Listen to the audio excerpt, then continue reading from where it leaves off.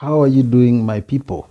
Well, I come in peace and I will get out of here in peace. So I want also you want to request you and beg you that you be in peace. So, what have I come to say? I have come to talk about something that has been trending like this week, the beginning of this week, and probably towards the end of last week. And this is about the utterance that Odiga, the wife of the Right Honorable Raila Odinga'S, said sometime towards the end of last week that some churches have to be, not actually some churches, that churches have to be regulated.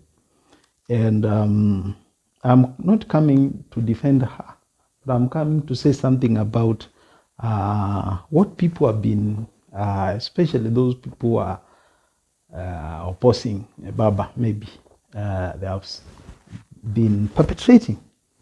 And it's that I think it has something to do with people have decided to use that as a weak point to attack their opponents. And for example, I've heard people say that if Baba clinches to power, he will probably ban the idea or concept of religion or church because he's a muganga. Well, I will term that as a reckless statement.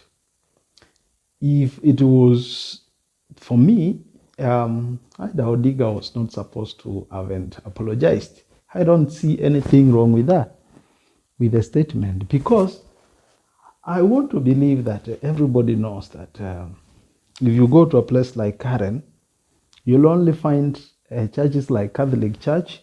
You find churches like CITAM, and other big mainstream churches. But these mushrooming churches that are led by pastors who have just, people have just discovered that there is an easy way of making money. They are not found. Those churches are not found in places like Aligam, places like Tsuru, places like Karen. Where do we find these churches? Which churches we find them in Kibera, in Katuwekera, in those islands, those places where poor people live. And this tells you that these people they are focusing on the naivety. Like they take advantage of the naivety of the poor people. These pastors, I'm talking about these rogue pastors.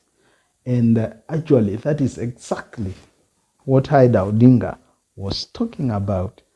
Regulating the way people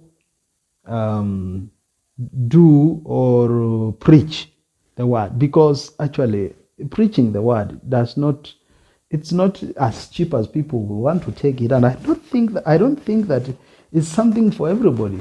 So just wake up one morning and say, no, I've been called. I feel the calling of God, and therefore I feel like I should be preaching to people. When you start praying and you start doing miracles and you start getting money, that is theft. Well, because you dominate the places where people are poor and they are needy, and therefore because of their poverty, they are naive to your actions. So you go praying for them to get jobs. You go praying for them to get healed because probably they do not have money to go to the hospitals. Well, what do we expect of a good leadership? From a good leadership, we expect someone who is going to regulate and take and protect the people that have elected him. And this includes protecting those people from those rogue pastors. That's why I feel that the statement by Odinga, it was not by any means related to someone being not religious or maybe fighting churches. No.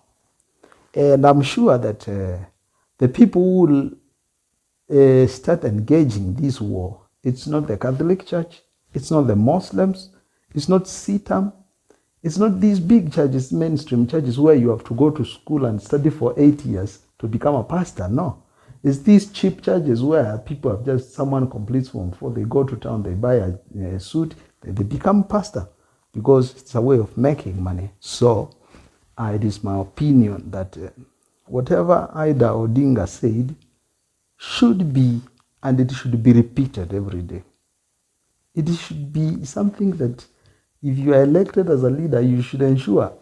Paul Kagame in Rwanda stopped whole churches and said that you must prove that you are a trained leader, church leader, if you want to hold a church or a preaching congregation.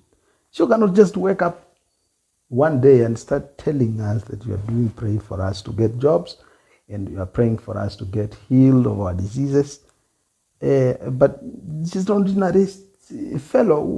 We studied together in primary and secondary, and because now he has just discovered his way of making money.